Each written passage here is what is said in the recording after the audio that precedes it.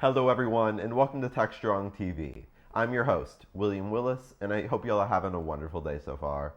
In today's show, we're going to bring you some fantastic interviews with incredible guests from around the world. So without further ado, let's get the show started. Enjoy.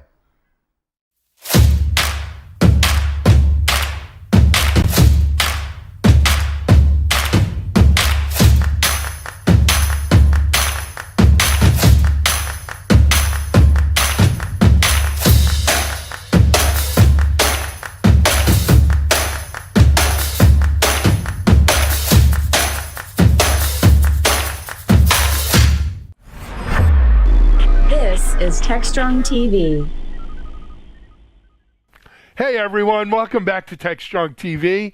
I'm real excited to introduce you to our next guest. He's Tom Eston. Tom is the VP of Consulting and Cosmos Delivery at Bishop Fox. Tom is also the founder and co-host of the Shared Security podcast. Hey Tom, how are you? Welcome to Techstrong TV. I'm great, Alan. Thanks for having me. Quite an honor. My pleasure. It's no, it's not an honor. But thank you. Anyway, hey Tom, you know what? Let's start a little bit. I gave people your titles and stuff, but give people a flavor of the Tom story and your journey. Yeah, sure.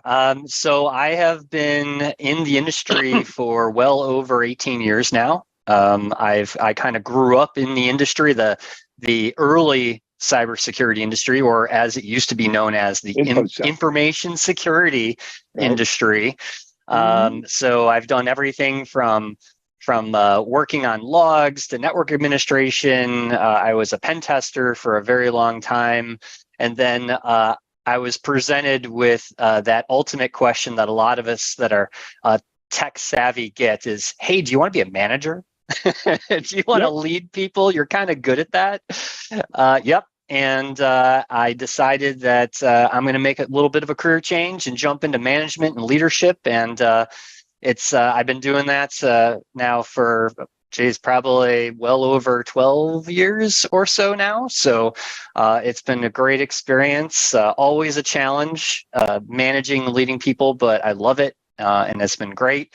And then while I've been doing all of that, I've also been running the podcast, which is the Shared Security podcast. We've been doing that for about 14 years now. So I'm in that small group of almost original, I guess, security podcasters, I guess. I just talked to Paul Asadorian from Security Weekly, and we kind of shared some war stories.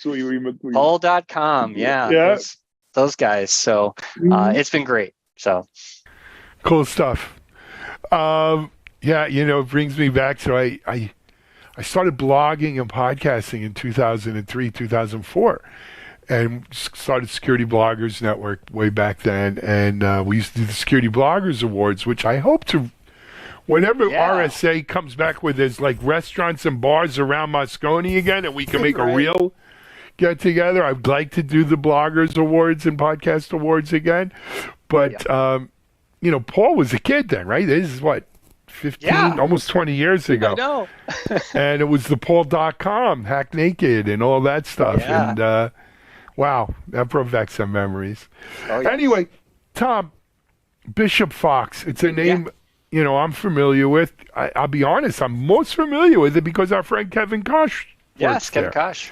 And Kevin Kosh is, for those, kind of one of the ultimate insiders in the security world, right? Connecting people and nice Rolodex, longtime PR person. But I've had the pleasure of interviewing now several of the Bishop Fox folks, including CEO. And I mean, it's a great story. It's kind of James Bondish and everything else. Yes. But for those out here who aren't familiar, why don't you give them a little Bishop Fox background? Sure. Yeah. Bishop Fox is, we are a leading offensive security organization. So we provide security consulting and offensive security services for many large and small organizations across the world. We're a global organization. So we have a presence in Europe. We have a large presence in Mexico as well, which is a little bit unique for an American-based cybersecurity company. We also have an attack surface management product, which is called Cosmos. And so I run the delivery organization for Bishop Fox, which is both consulting and the Cosmos side of the business. And so, yeah, we've been around well over 12, 13 years now. Still going strong, and we do a lot of things, especially around the security community itself. So we're very big on contributing back to the community through open source tooling.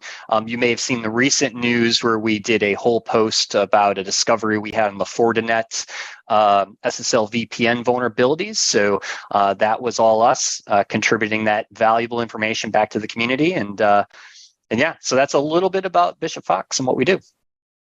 Just before we jump in to what we want to talk about, people want to get more information on Bishop Fox, the website? Yep, bishopfox.com. You can find everything there. All right. So you guys recently worked on a survey as well, some research and survey and analysis. Why don't, if you don't mind, share with the audience? Yeah, sure. So we did a really the first of its kind survey with the Ponemon Institute, who's obviously well known for conducting various types of surveys in the technology space.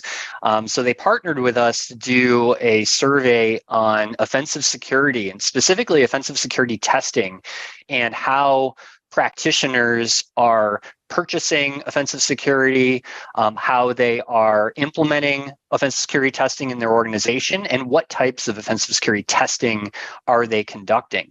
So it was really that first of a kind survey around offensive security, what it is. It's obviously grown even further than what traditional penetration testing is. I mean, it's kind of its own category now. When we talk about security testing, it encompasses all types of security testing. So everything from red teaming to purple teaming to your app pen testing, all of those types of things now encompass that offensive security space. So this survey, we asked, it was about 660 some IT security practitioners, and one of the things that we found interesting about this survey was we were really going after organizations that have a certain maturity level of security program. So, for example, the majority, I think it was like 39% of the survey said that they were fully mature organizations, meaning they have very robust security programs in place, established security policies, procedures, those types of things. And so it was really good to get their insights, I think, into how they use offensive security in these large and global organizations. Excellent, man. Very cool. You know what? Just as a point of fact, so I found out we're based down here in South Florida. Larry Ponemon is actually right here as well. Oh, really? Oh, wow. And we're not. This isn't a hotbed of tech and security, though it's getting better than it was. Yeah. But the fact, I mean, he's like right here, and it kind of blew my mind that there's actually, more than one. Whoop! I think I lost my AirPod there, but hold on. So, Tom, let's talk about the survey results. So what do you think? I always ask people, what are the top 3 takeaways from this that our audience should be aware of? Yeah, I think the first one is around, what are the reasons that organizations are investing in offensive security testing? And the number one response that came back was adoption of new technologies. So there is a constant change, right, in organizations that need to find this new technology. I go back to kind of the pandemic, right, when we saw a lot of organizations move their entire infrastructures up to the cloud. And by doing that, there was all types of new technologies that were introduced into the organization. And I think that was an area that, people had a lot of concerns with. Now that we're moving people all remote, there's things that we have to address from a security perspective that I think a lot of organizations haven't had to deal with before. I think it's kind of ironic now that we see a lot of organizations moving back to the office. And I think now that presents a whole other set of challenges as well, with other technologies that will have to be tested as well. So that's a big concern with organizations. The other one I'd say too is, organizations are constantly looking for, how do I get ahead of 0 days, vulnerabilities that I don't know about? And offensive security testing is one big way to do that. And specifically, out of the survey, we found that red teaming in particular is the most popular method that's being used in offensive security testing with these mature and well-established organizations. Red teaming in particular is interesting because a lot of people will say, well, I just want to get a red team. I want to find everything out I can about how vulnerable we are as an organization.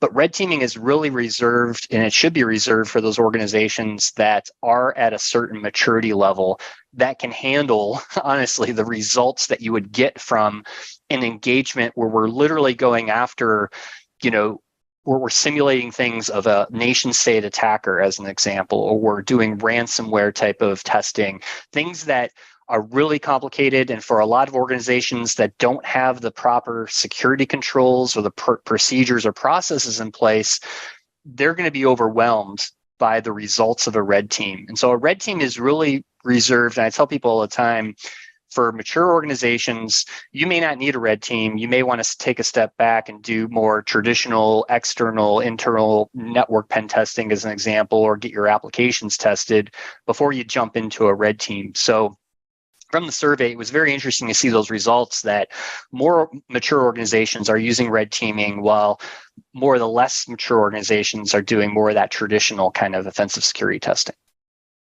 Really interesting. Cool stuff there. I always like to ask people, Tom, what surprised you about this survey? Any surprises in there? So the top 3 threats that really drive investment in offensive security testing, number 1 was ransomware. Just squeaked by at 41%, which was followed by social engineering at 40%. So really, what's surprising to me is ransomware is still top of mind for organizations. It's still a large and major problem. We've seen some things shift recently, like with the MoveIt vulnerability. They're kind of leveraging aspects of ransomware and how malware is being delivered, but it doesn't get like the media attention anymore that it kind of used to be or used to. So organizations are still very concerned about that.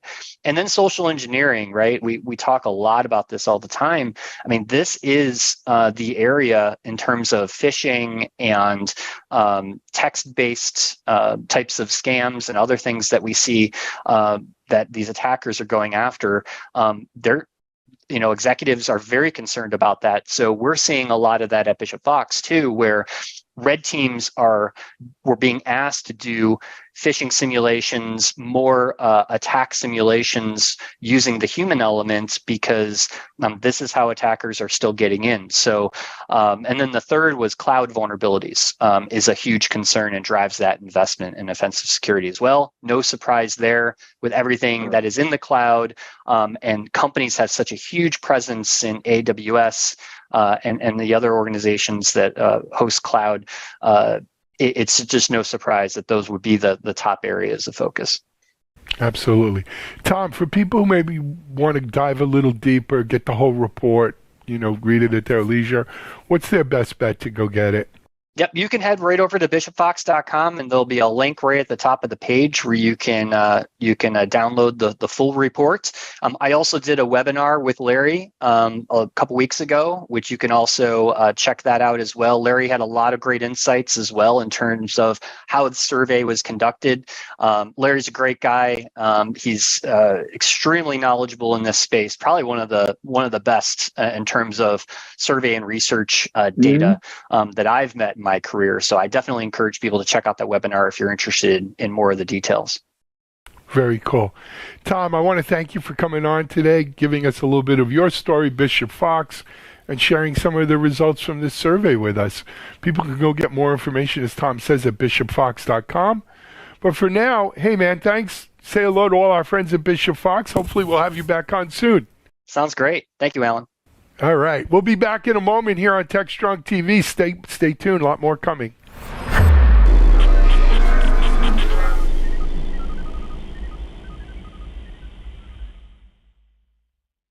Cloud Native Now is the web's leading resource for the growing cloud native ecosystem. CloudNativeNow.com is your destination for news, thought leadership, features and webinars on cloud-native architecture, Kubernetes, serverless, cloud-native application development, microservices, service mesh, cloud-native security, and more. Stay on the cutting edge of modern application development at Cloud Native Now. This is Techstrong TV. I have the great pleasure of being joined by Mike Kosak. Mike is Senior Principal Intelligence Analyst with LastPass. I love that title. Welcome, Mike. Good to be chatting. Thank you very much, Mitch. Thanks for having me. Really appreciate the opportunity. You bet. I'm glad you're on because talking about passkey and passwordless, and this is a great topic. I think a lot of people are interested. How do I get there? And I know that you partnered with the FIDO Alliance to invest in creating this report and just launched actually this week. Great to see it out there. Maybe we should start just with why is passwordless? Why is passkey? Why are you doing this with the FIDO Alliance? Sure, absolutely. So, I don't think it's any surprise to anybody that the passwords are, highly desired by threat actors. We still see a lot of bad habits with passwords that leave people vulnerable, a lot of password reuse. And it causes problems. And there's better technology out there now. And so what we wanted to do was take this opportunity to work with the FIDO Alliance and highlight that and kind of, evangelize this new technology and help its adoption with this report, which, as you said, just dropped this week. And there's some really great findings in it, some really surprising findings in it that I think will help kind of drive the adoption forward. Excellent. Well, let's jump right into it because I think everyone's kind of wondering, what should I be adopting this now? Where are others? Am I behind? What do I do to keep up? So tell us a little bit about the report, what you were wanting to learn, or what the Alliance and you were wanting to learn, and maybe touch on a few of the things that you did learn, maybe even a few surprises if there were any. Sure. Yeah. It's really, we wanted to get a sense of kind of what the understanding was out there and where are we at? And if you think about the technology adoption lifecycle, where are we sort of in that process? And there were really three big takeaways that we were pretty excited about. So one, and this is really cool, the world is moving to passwordless. When you think about awareness of passwordless, 92% of the respondents either have a plan to move or are already using passwordless to some degree in their environments. That's great news. And we really, we hope to see that adoption increase. Another really interesting data point around that, 89% of the respondents either are planning to use this and have their password use down to accounting for only 25% of their logins within the next 5 years. Again, great news. That's exactly what we want to see, is that we're on this path, and it'll take a while, but we'll get there. Number two was that really the biggest impediment that we see right now is education. People want to learn more and get more comfortable with passwordless technology. 55% of the respondents noted this as kind of the biggest obstacle for them and adoption in their organizations. Another 31% said they wanted to check on compatibility and how could they use it with their existing technology. So that's, that was an interesting data point as well, especially considering this is fundamentally based on cryptographic key pairs, which is, well-established, well-known technology. So, that's good. We know where we have our work to do now. And then number three was that there are some other benefits out there that people are already talking about beyond what people might just associate with passwordless. So not just it's easier to log in, but there are other benefits as well. 93% of the respondents noted that it would probably give them better visibility into their infrastructure as they sort of, consolidate their passwordless keys into one place. You get an opportunity to sort of audit your tech stack. So really some really exciting and interesting findings that we were really pleased to see. One of the sort of, I don't know if it's intended or not, but it avoids the whole problem of here's my yellow sticky with all my passwords on it, sort of the writing it down problem, because you're not going to write down a crypto key, right? Absolutely. PKI key. So it's not that it forces you to do it this other way, but you actually can't do it the other way, and it's much more convenient doing that as well. It's great to hear that. I mean, it sounds like there's so much momentum behind this already, and I have to imagine, we're all looking for how do we solve this problem of our passwords getting stolen, our IDs and credentials.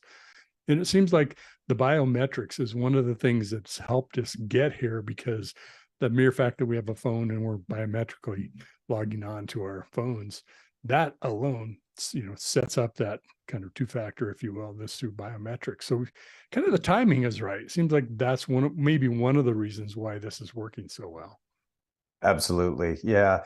And we've been on a journey with that ourselves. I mean, last June, we implemented a passwordless login through LastPass Authenticator. And then just last, 2 months ago, in August of this year, we announced that any FIDO2 compatible authenticator is eligible to log into LastPass, so people can get access to their passwords using, either, like you said, facial ID, biometrics, or hardware keys, which really, as you said, it gives people a lot more options to sort of test the passwordless experience, and it becomes a lot easier and frictionless for the user. Mm-hmm. It also, I think, creates an even more importance of having a password manager, like LastPass. Because especially that, now that the products have come so far and having kind of the business requirements, the enterprise security requirements to being able to manage users' accounts, how do you handle when they forget their master key and all that kind of stuff. But now you've got the infrastructure to support it. It's not just, here you go, download something and you're on your own. Enterprise, even medium and small business can manage this. Mm-hmm. Yeah, absolutely. And that was one of the other things that we found through the research. 69% of respondents said that they planned on using a password manager, a third-party password manager, to help them with this for precisely that reason. It makes it easier for them. Yeah, it truly is. And I think, just my own opinion, just my own experience implementing these, the browser plugin also makes it a huge benefit, because it's right there, on with any desktop apps or on your phone. Were there any surprises? Like, I didn't expect to see this that high or this low, or this issue came up that, we knew was there, but maybe not as prevalent as what you might have thought of? Well, I think, going back to the fact that it really does seem like the future, the fact that so many people were already aware of it and to some degree either planning on implementing it or implementing it to some degree was a great surprise. The fact that awareness is already out there means that a lot of our work is already done in moving this forward. Education being at about 55%, that was a bit of a surprise. Again, it just kind of highlights where we kind of need to focus to help drive that adoption.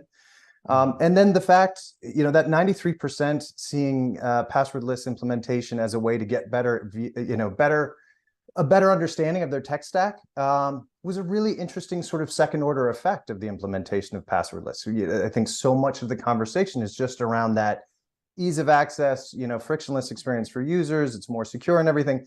But sort of those second and third order effects are really interesting and kind of call that out. Even you mentioned this earlier, fewer calls to the IT department when people forget their passwords when they come back from vacation, that sort of thing. There's a lot of those second and third order effects out there that are really great.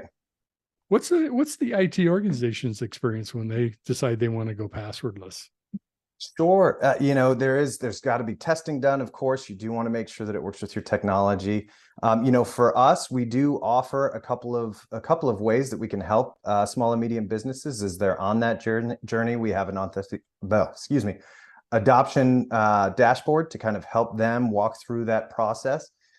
We offer some training to kind of help users and the IT departments get comfortable with this implementation and how it's being used, what sort of adoption we're seeing inside the company. So we kind of offer some help along that road as well.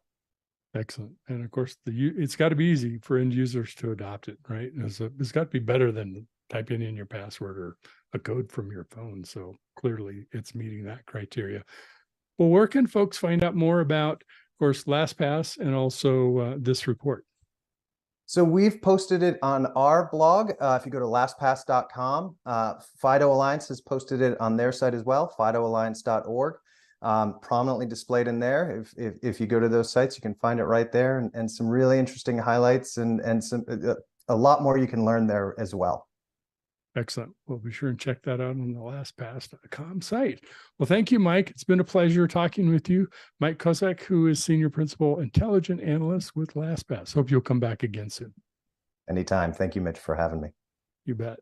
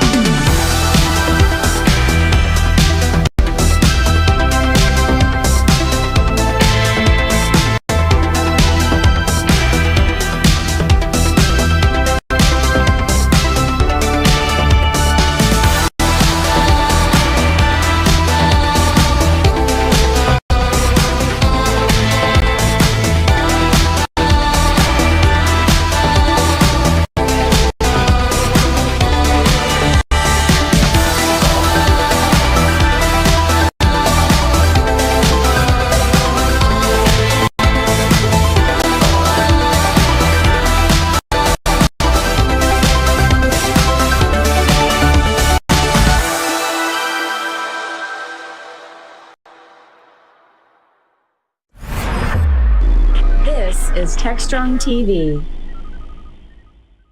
Hello and welcome to Techstrong TV. I'm Bonnie Schneider. Climate change brings more extreme weather. This not only affects individual daily life, but it also impacts food prices and even the availability of what we want to order for dinner at a restaurant. Well, innovative solutions are more critical than ever for the food service industry. Today, we'll be discussing the role of AI, robotics, and automation to improve the efficiency and sustainability of food service. Joining me now is Nipun Sharma, CEO of SJW Robotics, who says robotic restaurant automation is a game changer for the food service sector. Appreciate you having here, Nipun. A pleasure to be here. Great. Well, can you begin by sharing a little bit more about your background and how you came to lead SJW Robotics? Sure. So I've spent the last 17, 18 years in the restaurant industry. And Bonnie, I've done everything you can think of. I've run steakhouses chains. I've run vegan restaurant chains, Chinese, Middle Eastern, Indian. I've been an entrepreneur. I've expanded restaurant chains all over the world. I've been a public company COO. So really immersed into the entire business of the food industry. And, one of the things that really started disturbing us, to me personally, about 10 years ago was a shortage of labor. And in different pockets of different countries, we started noticing while demand keeps going up, nobody wants to cook at home. The supply side is kind of broken, and the labor is becoming an acute problem, in addition to sustainability, of course. So for us, we looked at automation to see how we could bridge that gap in the lack of labor. And I started calling up on food robotic companies to see if I could work with them, if the solution could work for us. Came back a bit disappointed and realized we're not quite there yet. So at this point, I coincidentally met my co-founder, an expert in robotics and automation, and we decided to go from first principles. How would we make the restaurant of the future? How would we check all the boxes of labor, sustainability, quality, accessibility, and start a restaurant from scratch? If we take away the human limitation of a restaurant, we can really stretch the boundaries on machine learning, on robotics, on AI. And that's how we sort of got into it. We started doing some initial tests. We did a sustainability study, a scoping study. Can this actually work? At that point, we raised a bit of capital, did a prototype. People got to come and see the machine. They got to kick the tires, press a button, taste the food. And then after that, we really started rolling and raising additional funds. Partnership with Compass Group in Canada and Donato's Pizza is really getting our business model in shape now.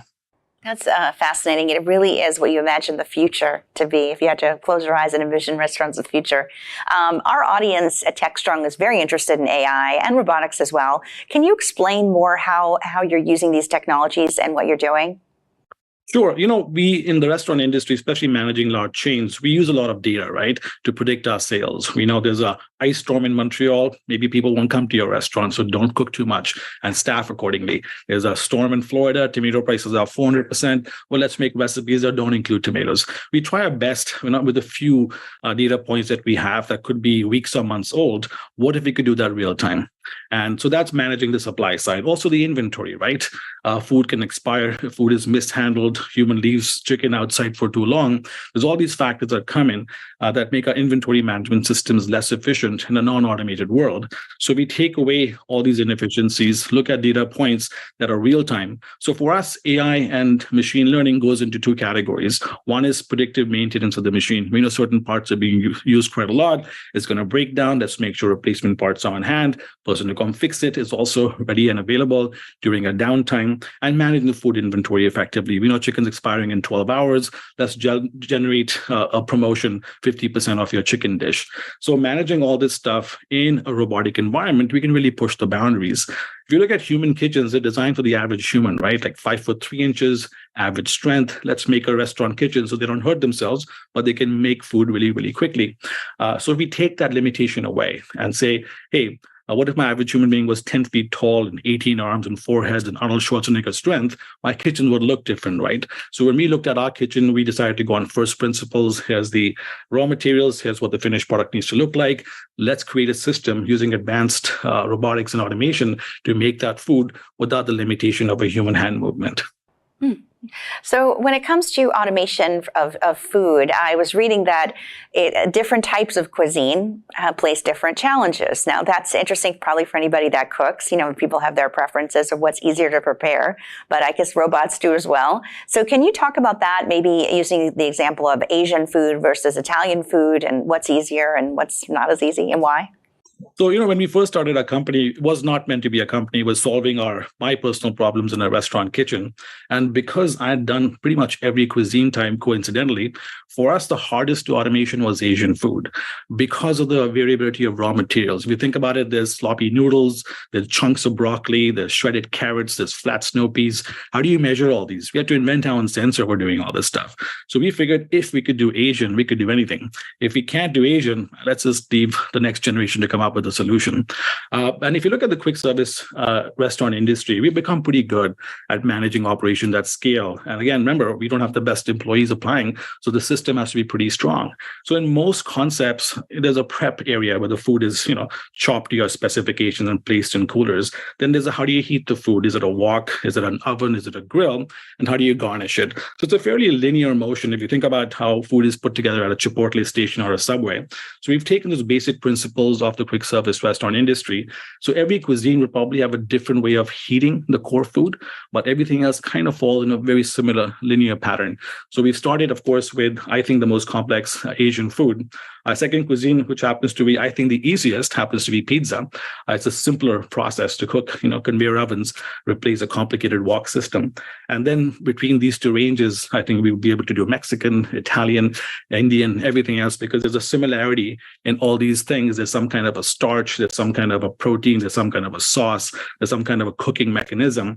So if you look at it from that perspective, the range of food cuisines, and again, we really think people buy food by brands. You don't buy a butter chicken from a Chinese restaurant. So we really want to partner with established brands. So the customers have an expectation you'll be able to manage, like Donato's Pizza. You know what the pizza tastes like, what the quality standards are. So when an automated machine is cooking it, we need to make sure that we can meet those customer expectations or exceed them.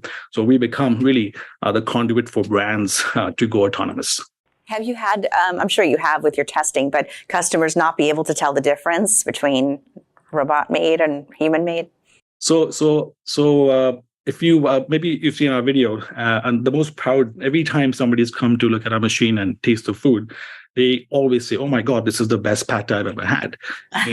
And that's what I'm most proud about, because nobody cares about your machine. People come here for food. If your food is not the star, you're not going to win. But no, I love to say our machine is very futuristic, but really, if you think about it, it's not a very mind-boggling format of what we're doing. In most restaurants, the genius comes from the chef's recipes. The robot is not really making the recipe. The sauces come pre-made. What happens in a controlled environment like a robotic restaurant is we don't make mistakes. We don't overheat. We don't over-sauce. So that means the recipes that are originally crafted by a great chef, they remain intact. So we'll be as good, if not slightly better, than the average restaurant using the same recipes. And I read that some of your new self-contained units include refrigerated storage for up to 350 meals, including all proteins, vegetables, sauces, and starches that can make up to 60 meals per hour. Wow. Can you walk me through how that works? Yeah, so a machine, the first section is the refrigerated part. There's 16 silos that contain raw materials and vegetables and proteins. There's 10 silos that contain liquids, a separate one for oil and liquid eggs. So when an order is placed, we pick up the raw materials. In an Asian concept, it typically goes into a blanching station to heat up the food before it hits the wok. In our case, it goes through a steam tunnel. That's triggered only when an order is placed. And then the food gets cooked and plated and bowled, comes to the lockers on the side. You tap your phone and your meal is ready. And we also model this to be a restaurant. Should have the same capacity of a typical restaurant, should generate the same sales as a typical restaurant. So 350 meals is what the sweet spot is. We could be slightly lower than that. We could be slightly higher than that. When you're doing 350 meals as a restaurant, quick service restaurant, you're on the higher end of what the capacity needs to be. Of course, that needs to be managed by the recipes. If I have 50 items, 350 meals, not a whole lot I can cook.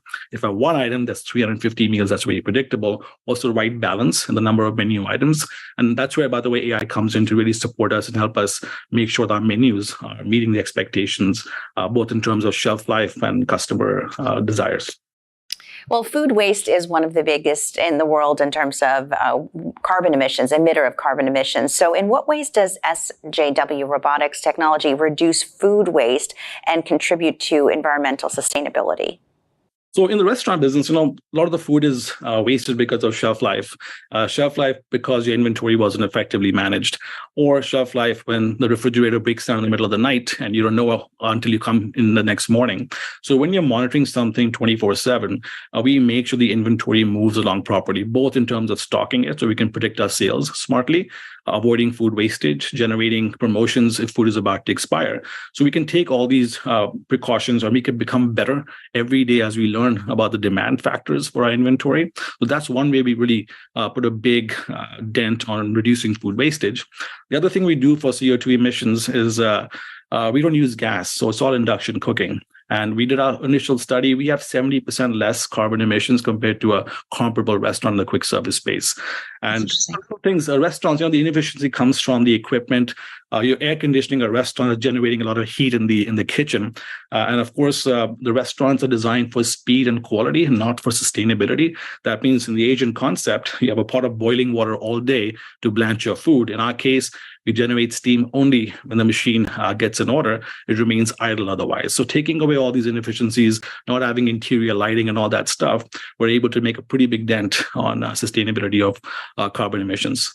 And that's not, something you wouldn't have already thought of. But one of the things everyone loves about restaurants is that they deliver, and we can get whatever we want whenever we want it. So how do you implement technology like this with home food delivery?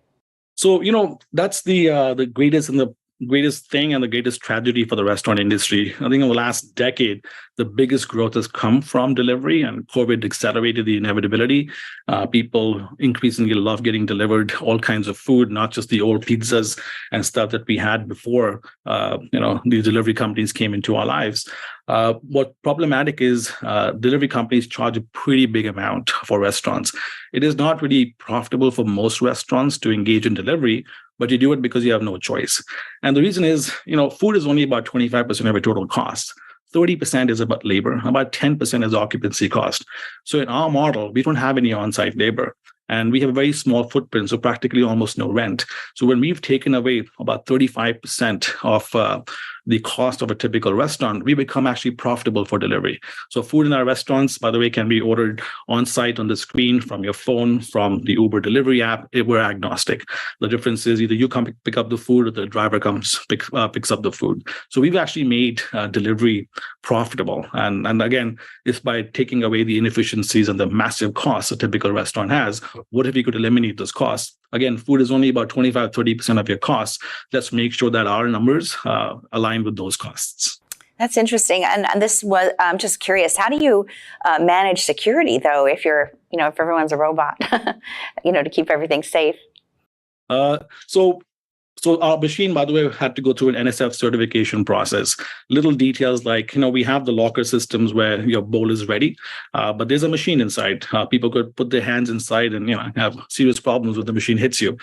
So the design of the machine has been by default make sure that it's very safe for consumers. There's a wall between the robot and the food locker system, so you cannot really put your hand through it. And most parts of the machine are inaccessible by anybody except the engineers that come to service it. So, for example, our partners in Compass, they put in the raw materials like broccoli and chicken into the machine when the machine prompts you to do so. They change the HVAC filters when it's time to replace them, and general maintenance. And these initial machines are all going into Compass facilities like universities, hospitals, and office towers. They already have a lot of people working in these buildings, and we've estimated they'll spend a few hours every day to make sure that the machine, there's nobody that's dropped something. Of course, we have cameras and everything else to make sure that the machine is also safe from customers and vice versa. So the box is self-contained. The only point of access is the food locker for customers, and that's safely secured to make sure you can't really put your hands all the way through. It's funny. I can envision this in airports and, places where you get a lot of people, like you said, a hospital or an office building. Kind of a two-part question. Is there any place where you envision this idea, this concept being where people might not think it's the most obvious place? And also, what do you see in the future? I mean, do you see we'll actually have robots taking orders? I mean, where do you see this going in the future? Well, I think the obvious place for a lot of these robots is where you can find labor. So a lot of 24 hours facilities like hospitals and airports. So you mentioned airports, which is amazing because the labor costs in airports are significantly higher because employees need to be vetted and you have to park your car, et cetera, et cetera. It's a more controlled environment. The demand in airports is obscene. And we've seen after COVID, not all airports have recovered. Many restaurants are operating at half capacity or simply closed down. First, the obvious places where the need is, where the labor shortage is very acute. And then it's about convenience, right? How close can you be to your customers? Because of a small footprint and because we're real estate agnostic, we can have restaurants where traditionally you couldn't have restaurants. So for example, in an airport, I don't have to be in a food court. I can just be closer to the terminal. How can we be more closer to everybody else? So I think the evolution of this thing, I can see every brand having a bunch of robotic restaurants to complement the existing restaurants. I can also see as we get better, as we get more technology on communicating with the customers, and we already have apps like Uber and loyalty apps from brands that we can communicate with our smartphones. Increasingly, voice technology is getting integrated. Our next iteration will actually you'll be able to ask the machine to make a certain food for you, ask about your personal allergens. A lot of that technology, and we're partnering with companies like NVIDIA that gives us access to voice generation and AI to make sure the communication between people is great. And again, order ahead. So you know that you're going to be in that area around 2:30. The machine will start cooking when it senses your phone is somewhere close by. So the convenience factor is going to be great, and accessibility is going to be great. So if we're in an environment with senior citizens' homes where they're not looking at a small phone, they'll be able to talk to the machine and get their orders ready. So I can see that advancement in accessibility becoming more interesting. It really is. It's just it's fascinating to imagine, and I think it'll be great to get these meals to more people that maybe couldn't get them, and also solve the labor shortage that you mentioned and reduce emissions. So it sounds like a win-win. Nipun Sharma, CEO of SJW Robotics, thank you so much for joining us on Techstrong TV. Thank you for having me, Bonnie. Really nice to be here. Absolutely. All right. Well, stay with us on Techstrong TV. We're going to have a lot more coming up.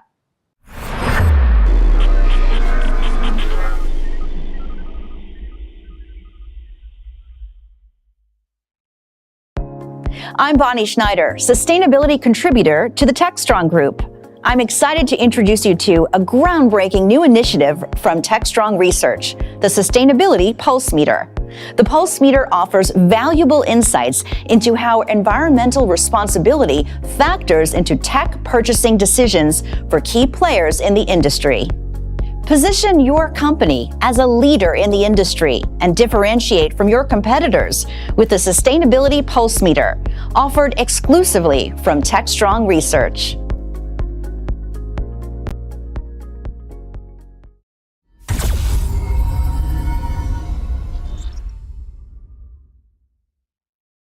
All right, folks, welcome. My name is Sharon Florentine. I am the managing editor at Techstrong Group, and today we are here at the Digital CXO Summit talking about how DevOps drives digital transformation. I am joined today by Mike Isbitsky, Mike Vizard, and Mitch Ashley. And without further ado, I'm going to keep it short and sweet and just jump right in. So, gentlemen, thank you for joining me today. I hope this is going to be an awesome conversation. First question, ready. How pivotal a role does DevOps play in digital transformation? What's the crossover there? Is there a button we have to hit? Can I go first? You have to phrase it in the form of a question. No, okay. Just go. No, I love this topic because, being involved in DevOps for a while, quite a while now, is you see how the adoption of curve has happened with DevOps and organization. And I'm sure we have some data in Techstrong research down somewhere in our database about that adoption curve. But I think one of the biggest drivers of it isn't just that IT teams want to do, DevOps instead of some other way. It's the businesses putting more pressure on delivering more software quicker, faster, or more secure, adapting, being able to take risks in the market, respond to competitive threats. You don't do that doing, long tail development processes. So I think for digital transformation, that feeds very well into that. And frankly, that's probably enabled a lot of those projects. Now, not everybody's high in the maturity curve. Some folks are, in the trough or kind of pulling out of that curve. So, but I think it's very much so a pivotal part of it. Now, is everybody doing it? No, but, pretty soon everybody will. I think to Mitch's point, DevOps is kind of the unsung hero of these transformation projects, at least the ones that succeed, because you don't have all day to deliver. You're under a lot of pressure. And on the other side of that coin, too, is the DevOps teams, there's only so many applications you can roll out at a given time. So you need to start prioritizing what there's going to be. And then there's untold number of dependencies between all these digital business transformation initiatives.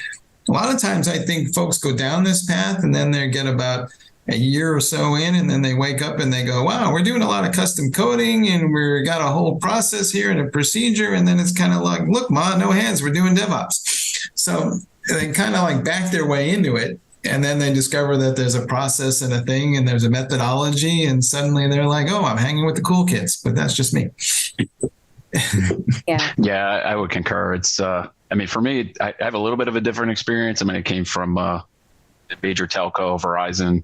They were pushing digital transformation for quite some time, most of my career there.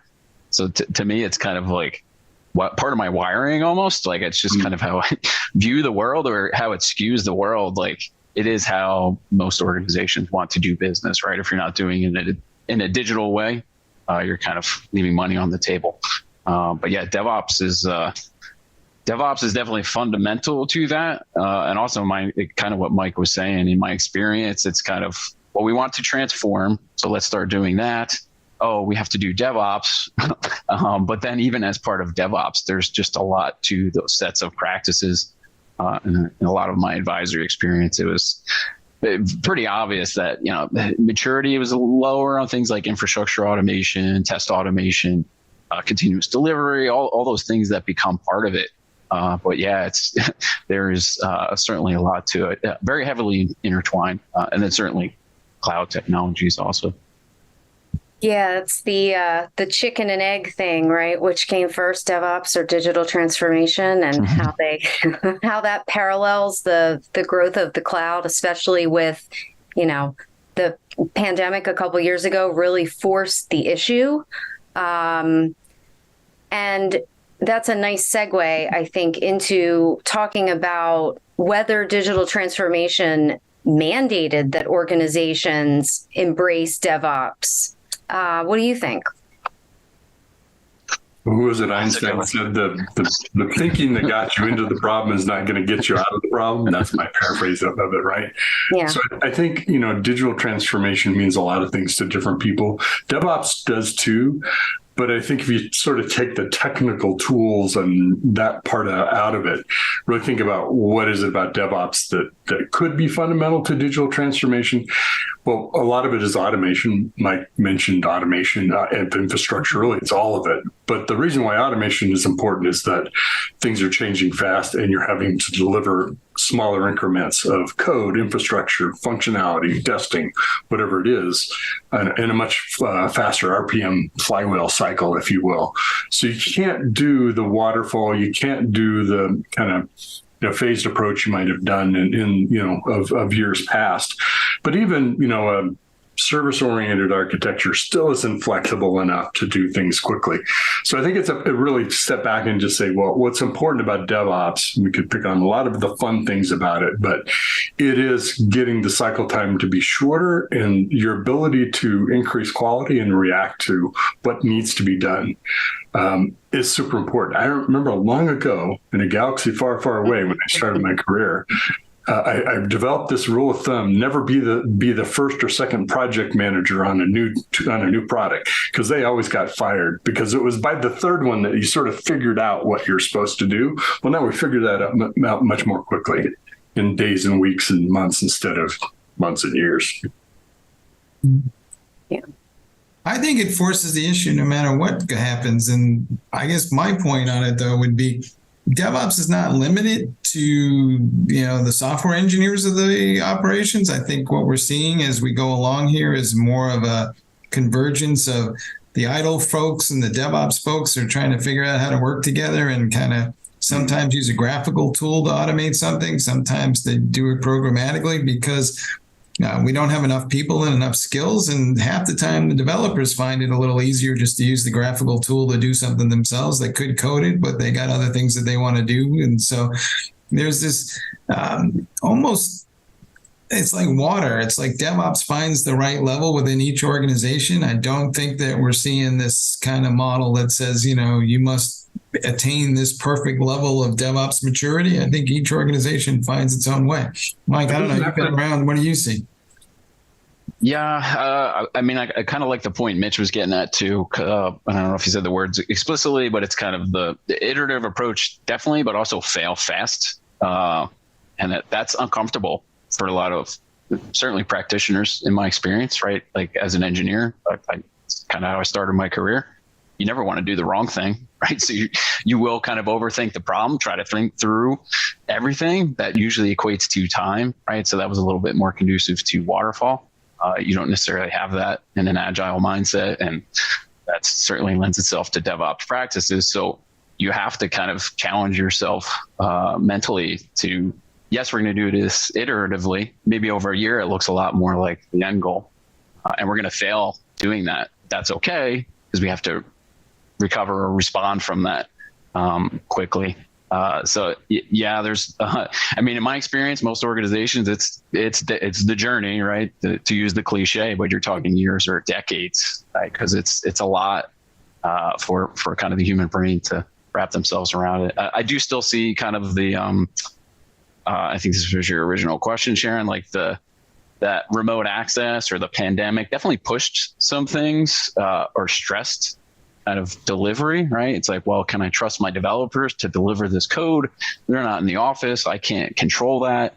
But to me, that again goes back to the psychology, right? It's like you have to kind of loosen the reins a little bit on what you perceive to control. But then you're instituting other things, right? Like guardrails or having established process. So you're not flying blind, but you're kind of empowering people to do things themselves and trust the systems to keep you on track. And meanwhile, sitting in the back of the car is somebody going, "Are we there yet? Are we there yet?" Yeah, exactly. We're never there yet. Multiple people. Yeah. Sure. Well, so that is an interesting point, though, when you're talking about you, Mike Isbitsky, you mentioned resilience and, making sure that the processes were supporting the ability of the applications to do what they need to do. So do you think there's enough focus right now on that resilience? I'd say there's awareness of it. I mean, even I'm thinking back to my time at Verizon, there was always like stressing about 5 nines. Maybe it was 4 nines, right? It would change, right? Set the bar high. Well, that's kind of not realistic, right? Given we'll get to that. org structure, right? It's interesting too, because you can look at like cloud providers. They're either 4 nines, might be like 99.97. I'm drawing a blank on the numbers, but uptime's tough, right? It's like you to maintain those availability numbers, that includes planned downtime. So resiliency is definitely nuanced. I mean, in my experience, it tends to be we need to kind of mitigate the effects of outages, obviously, but also the planned downtime. In my experience, I don't see a lot of organizations doing things like DevOps style releases, right, where they have blue-green deploys and full-blown canary environments, right? It tends to be we have production, we have non-production, and it's not a exact mirror. So hopefully the code that works in non-prod will work in prod, and then we pray right on a production release. So there's awareness of the concepts, but there's definitely more room to kind of evolve programs. And resiliency to me too, it's partially the availability piece, but also the security angle, which we're starting to see more in cybersecurity strategy, really putting forth resiliency is lacking, right? Partially because of like supply chain issues, but there's a lot of work to be done in IT to support all that. Hey, Mitch, theoretically, we're supposed to be using microservices to ensure resiliency because the API calls will be rerouted anytime that a service is no longer available, and we will have the perfect architecture. Is there any such thing as the perfect architecture, or is resiliency and downtime always going to be with us? Well, it's interesting because it goes back to what Mike number one, Mike number two mentioned was about failure. The sort of shift between minimizing failure, minimizing downtime, mean time to repair, all of the normal kind of things that we measure and have measured for a long time tend to be more quality metrics kind of things too. Resilience starts to push us into failure is going to happen. I mean, we all know failure is going to happen. It just don't matter what we do, what steps we take. It's always going to happen. Whether it's automatically add 10 more microservices instance running because we need it for load, we need it for failover, proof something happens, and now you've got to react to it, or the system does.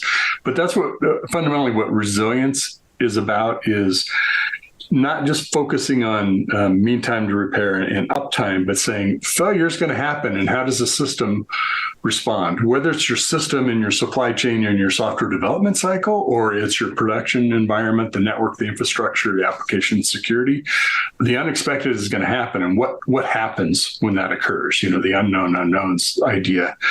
And that's where chaos testing and some of these other ideas have come into play of, chaos monkey. Let's see what happens. Will we be able to stand up, left standing when something occurs? And maybe not every time, but you take every one of those instances and learn from it, and do the things that say, well, this is where things are brittle, and how do we help them not be so much that case? So to your question, that should be one of the aspects of microservices, right? To be able to be more responsive. Of course, it's all in how you architect it, and a lot of great things go into it, and a little bit of Kubernetes dash here and some containers over there. So, is there a perfect architecture? No, because we're still working on the perfect architecture. There you go. Right. It depends on the business case. Yeah. But to Mike's earlier point, I've yet to meet that engineer who's like, yeah, go ahead, break my thing. Push that glass system off the shelf. Let's see what happens. Don't run those scripts here. A couple months ago, was it Amazon that there was the big kerfuffle about they architected everything and then dropped it back to a monolith because the microservices were just not reliable enough?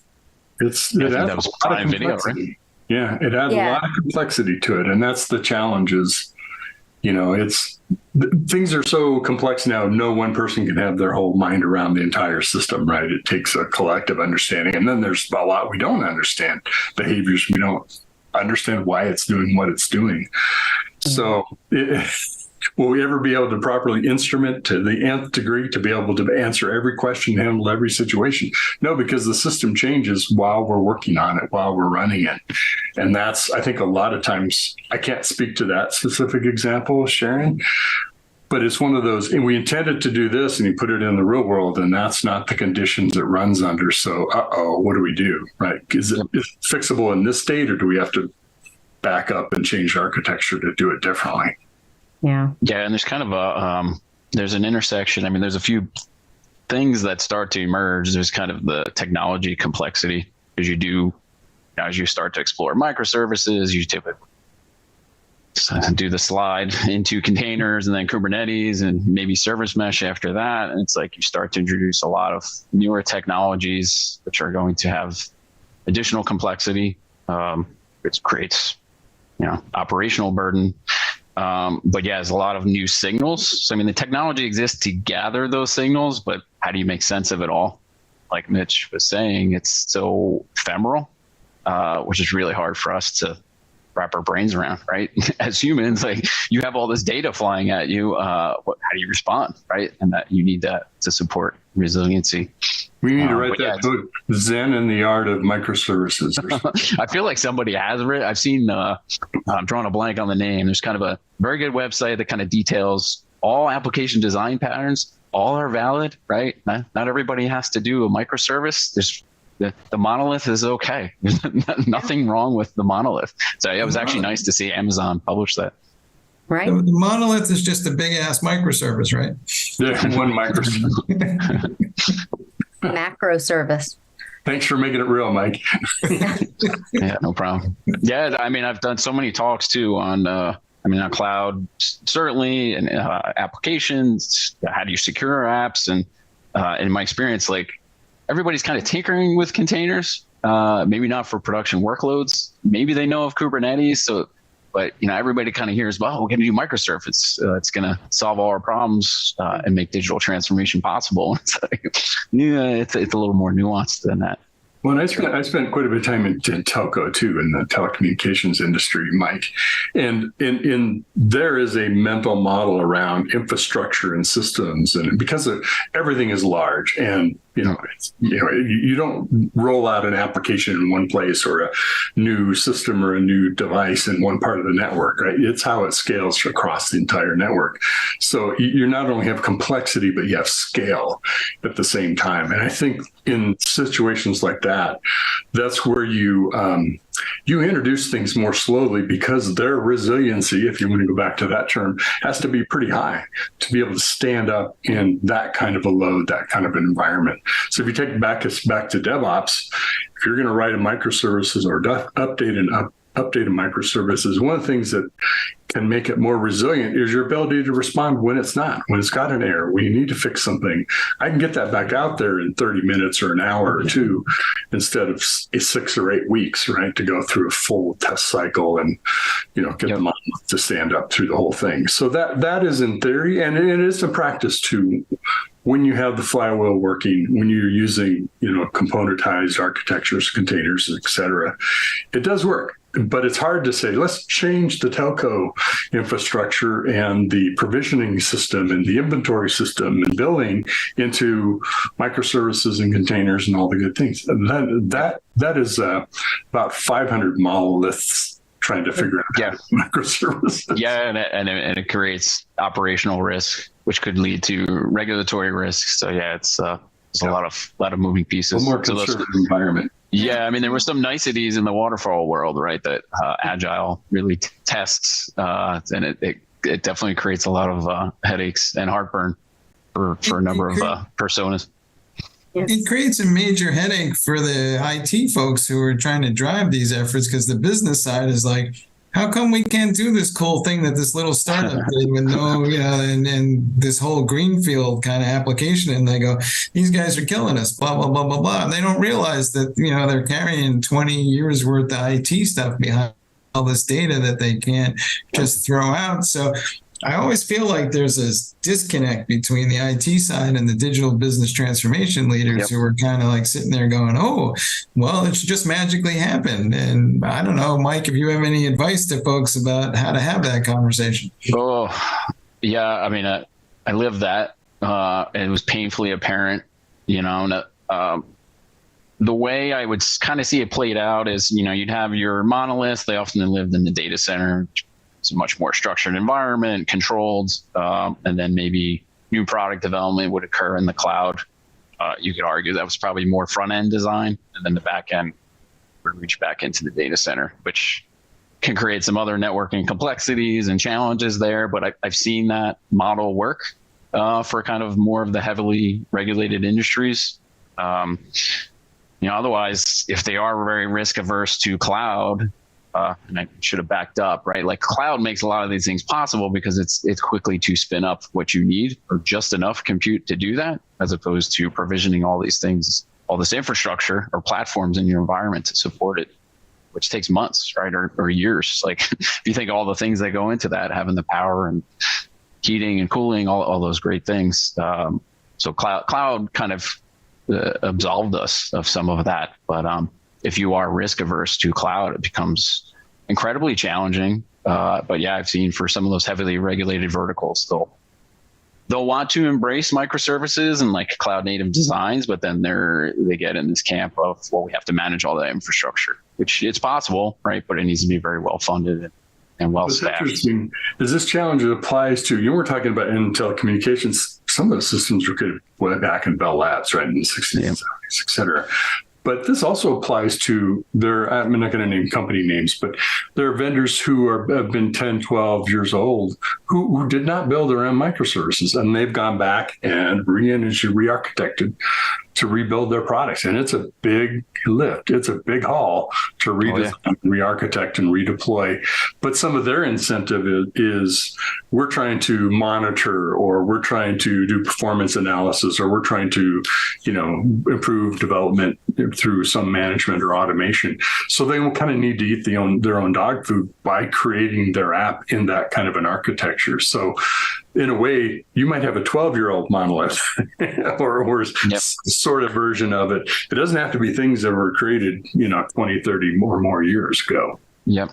Yeah, it tends to, I'd see splinters, I wouldn't say splinter cell, but like some smaller project, new products. Like, so you sometimes see things run almost as independent product teams. But yeah, it's kind of, it's an interesting dilemma. I mean, there's no easy answer there. And it's also the cost benefit analysis, like Mitch was kind of getting at. Like, you would still see mainframes, right? It's like, well, don't touch it, because if you crash that thing, there goes our business, right? And then that's going to be huge impact and potential lawsuits. So nobody wanted to touch that, because if you did, right, it's like, it tends to be a very slow moving process to re-architect those things. So yeah, you kind of tend to see the middle ground. Like, everybody loves that microservice utopia, and full Kubernetes or service mesh, but usually it's a mix, right? You might have some of that for a new greenfield, and then kind of the crown jewels, right, for the business. That's likely going to be a monolith, especially for a more established organization.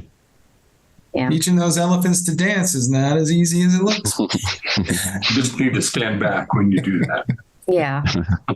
Well, and I mean, now there's the whole movement to, making DevOps a DevOps practice on the mainframe to modernize those mainframe applications, right? And be able to bring those things over so that they can still be effective. The legacy is maintained, but with, more modern technologies, modern processes, that's a huge area of focus right now.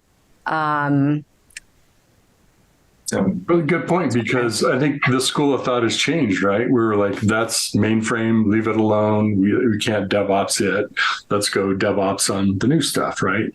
And I think we've learned that the mainframes aren't going away. Finally, we've accepted that, right? And they play an extremely crucial role. So the question is, just like we took development off the mainframe and did it on, our computer, our PCs and laptops and stuff. But how can we DevOps that process and integrate the mainframe as part of it as a test environment, deployment environment, whatever we need to be able to do that? So I think we've gotten a little smarter about, let's not be dogmatic about DevOps and it has to be this way. Let's take the ideas and then adapt them to this environment, whether it be mainframe or, SOA kind of architecture, or, new apps, greenfield stuff.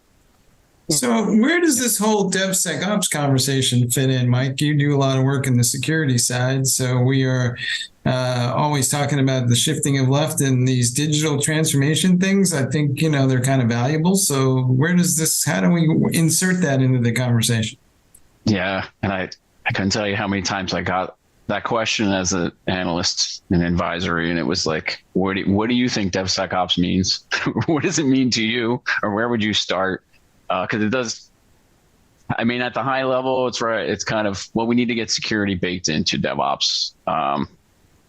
For some practitioners and leaders, that means you need to embed security staff within development even, but certainly DevOps teams, right, where they're more actively partnering as part of design and development. That doesn't always scale, right? You don't tend not to have enough security practitioners to support that.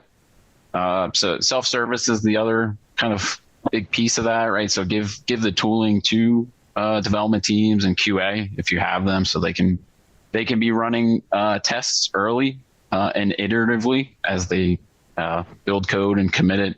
I should say, develop the code, commit it, and then build it, right? Because those are distinct kind of testing phases. But there's usually two it's kind of dogmas, but it's mindsets, right? Shift left or shield right. So I'd say in security, kind of, it's almost the old guard, right? Like we're going to protect production. That's where we can focus all of our resources. That was often kind of network security focused. So firewall, it used all the network access controls. That can be much more granular, kind of associated with workloads. That's something we do at Sysdig, but it's different ways to approach the problem, right? There's no wrong answer. Some organizations still prefer kind of, well, we're going to protect the perimeter. Maybe they still have well-defined perimeters. I have to be careful because this can rabbit hole very quickly. So it's kind of your design choices really impact how you can protect things in production. But it's kind of, I feel like we've been talking about this, right? There's so much complexity. You're going to have a mix of microservices and monoliths. How do you rationalize all that? Well, you kind of need all of those things, right? You have to be looking kind of at the network level. You also need to be looking at the workload level. You have to be looking at the management plane, which is often the cloud tenant configuration. And then you have to be reasoning all those things to really understand your security posture.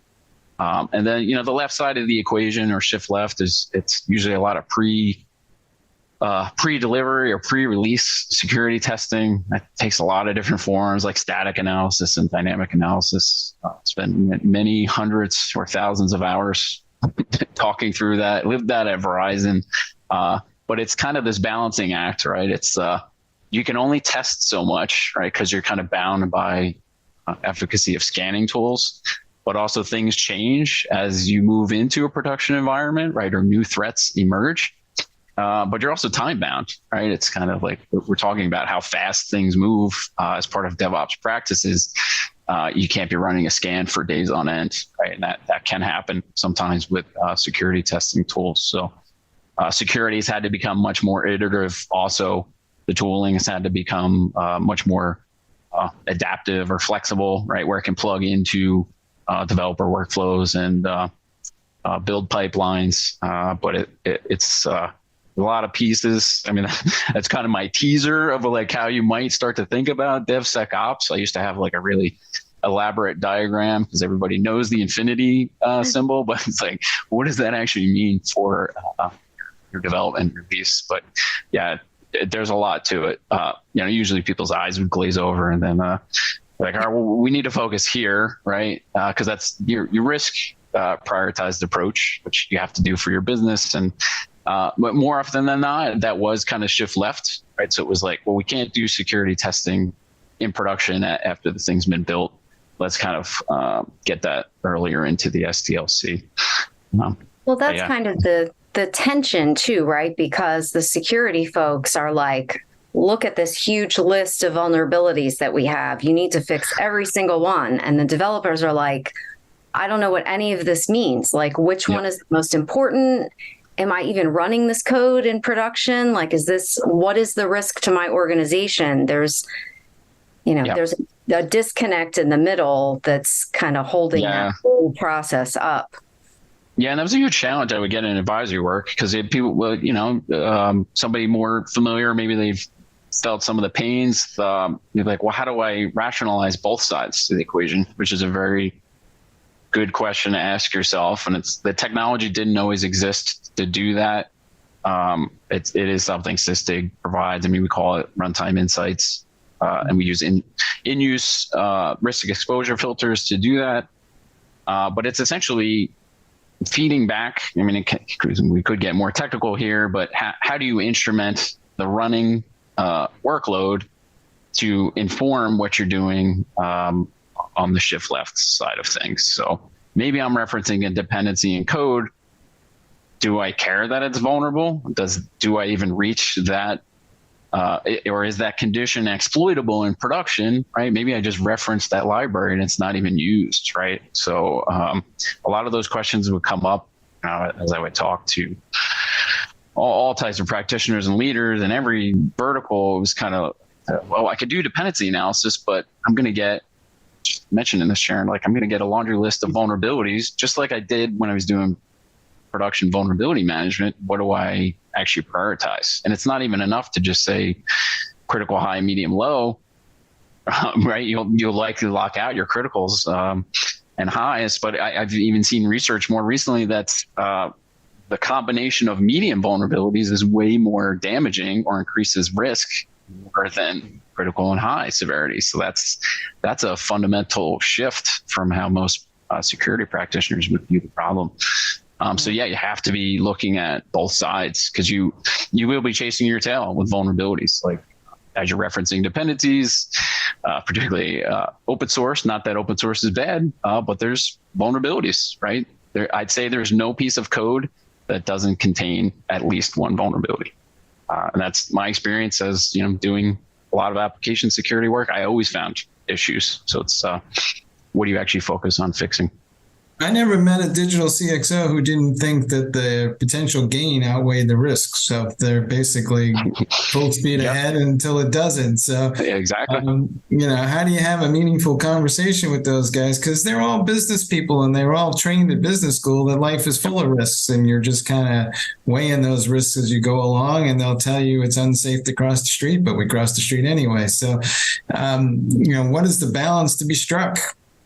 Yeah, it's a really good one, Mike. It's one I've started to see bubble up more because the SEC just finalized their cybersecurity disclosure rules, which have existed for, I think, the better part of a decade, but they're final now, right? So the SEC is, we're serious. You guys really need to be doing proper cybersecurity, or at least attesting to that, and then disclosing if there's incidents. But it's really put a spotlight on security, but also how you message those things up to executive leadership and boards, because it's exactly that, right?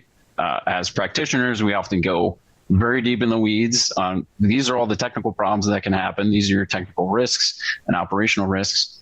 But for executive leadership and boards, they're going to want to know, how does that impact the business? So that's historically not been a great conversation. So you almost get these silos between the hierarchy that way. It's almost like DevOps versus security. Now you've seen kind of that split between engineering and business leaders, but it's going to have to be solved, because that's the only way you can kind of determine materiality of a given incident, which might be security, could be availability incident also, right? Which goes back to the whole resiliency point. But yeah, if you've suffered a material incident, whatever that may be, you need to be disclosing that. So how are you structuring those processes in your organization? So going back to you touched on this a couple times, but the talent piece is starting to become a big issue as well, right? We saw the great resignation and then the great whatever it was next. Is quiet there quitting? Quiet cutting. I think we're on quiet cutting. Quitting, all of that. Yeah. Is there enough talent available as a whole? And how do you, I can't believe we've made it, 40 some minutes in. We have not said AI yet, but maybe we'll get to that after the talent piece. Is there talent available? Yeah. The AIs, large language models. Yeah, it's a tricky question. I mean, I used to have to recruit application security practitioners who could actively test and do things like you would expect of, an app-focused pen tester or red team. Mm-hmm. It was really hard to find those people, right? So it's changed. The landscape's changed. A lot more awareness and training material now that I think that's getting better. There's definitely government focus to expand that also.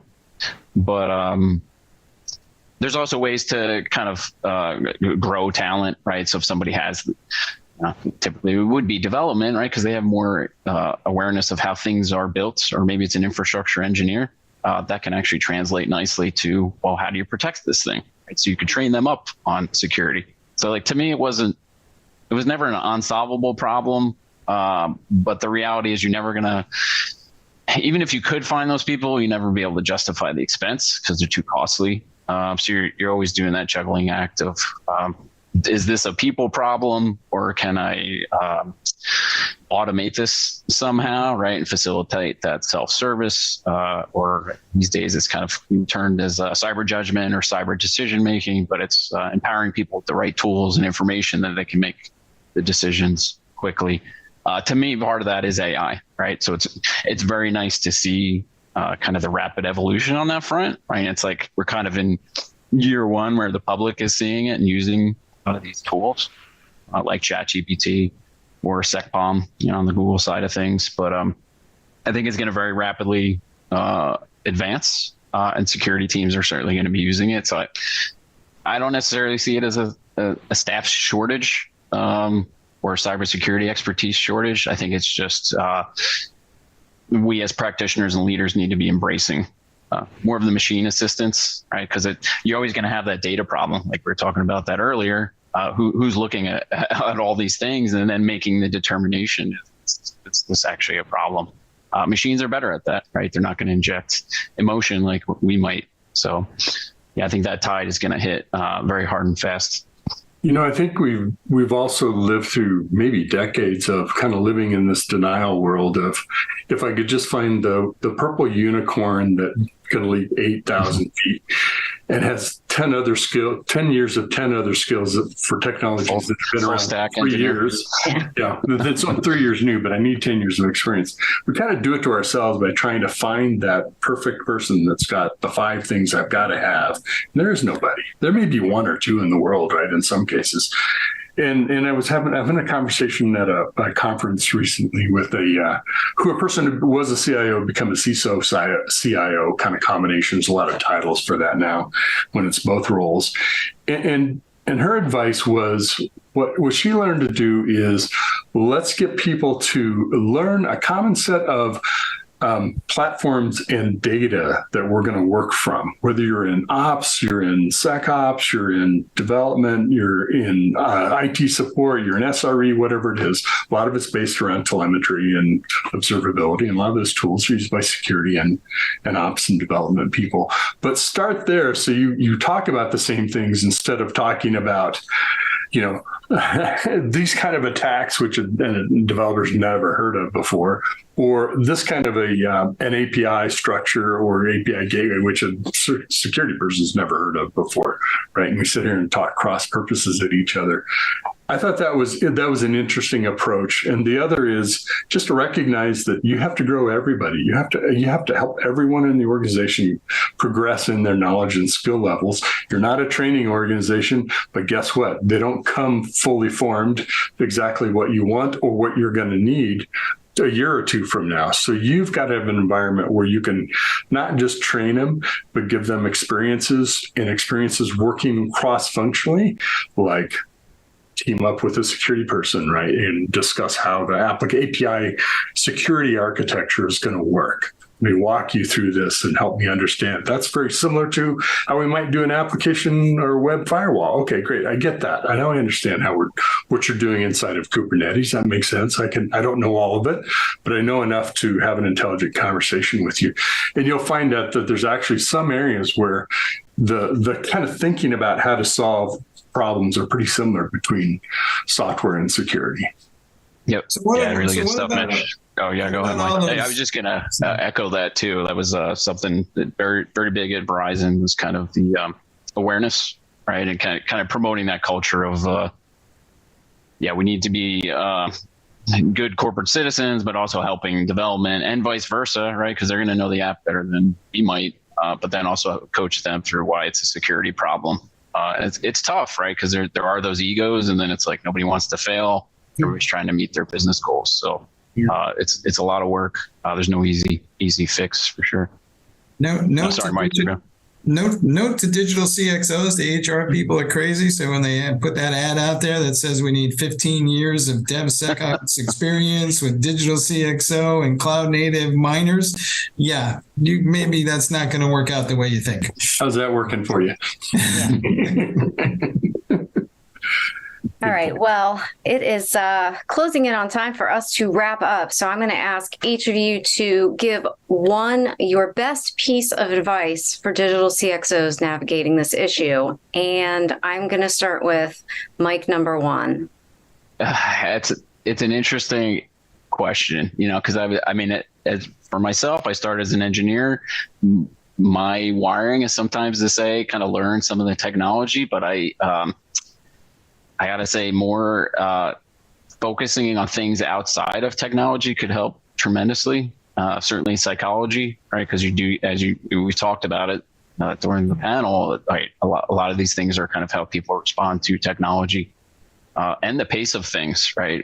You have to kind of question some very deep things about yourself and how you receive technology and work with it. So I guess that'd be my advice, kind of expand beyond the technology pieces, understand you are working with people, right? We're not all machines.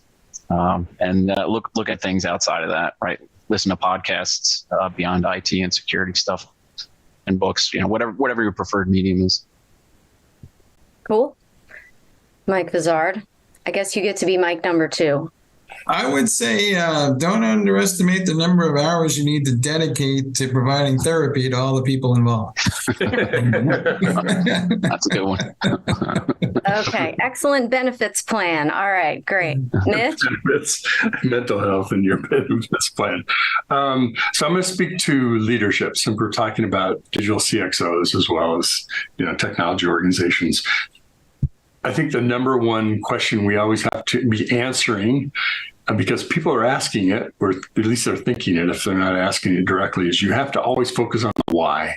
Why are we doing this? Why are we doing DevOps? Why are we doing this digital transformation project? What is it, the outcome that we're wanting to get?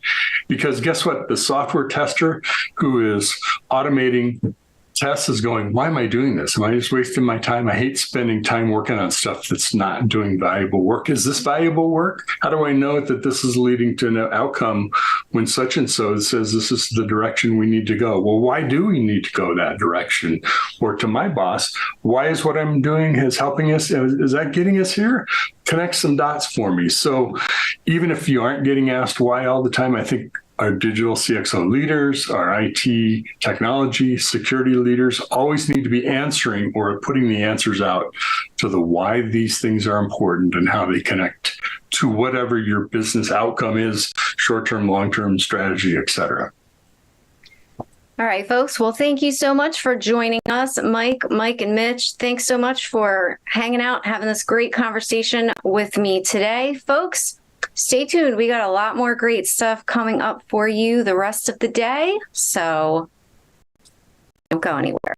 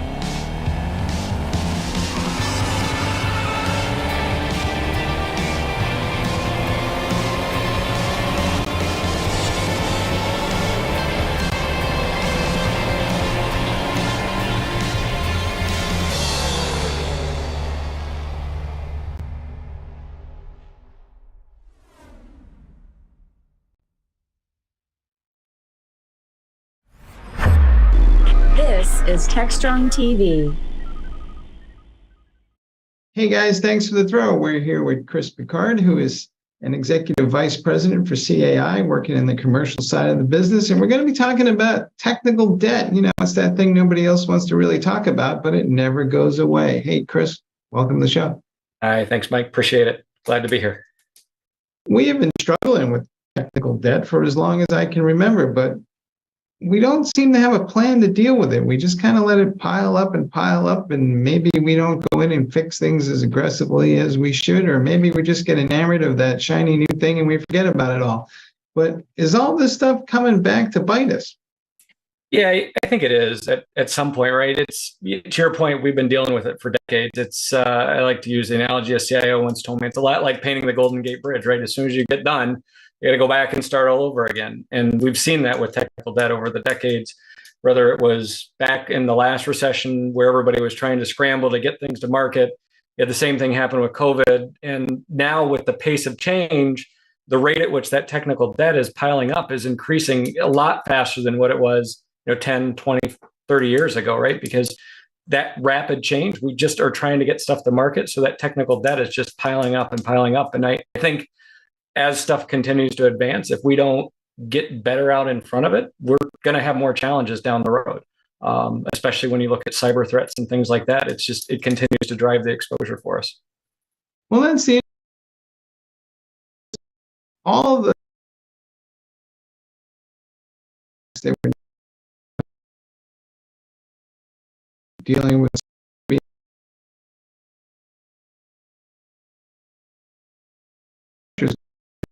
is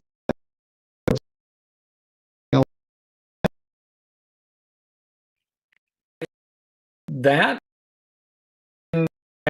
the pace change as it's continued debt that is starting to impact that rate. Developers spend more time addressing some of the technical debt. Not only are they not as productive, but able to get stuff as market as fast. Is the cyber out there, and that, but then to continue to drive that speed to market. That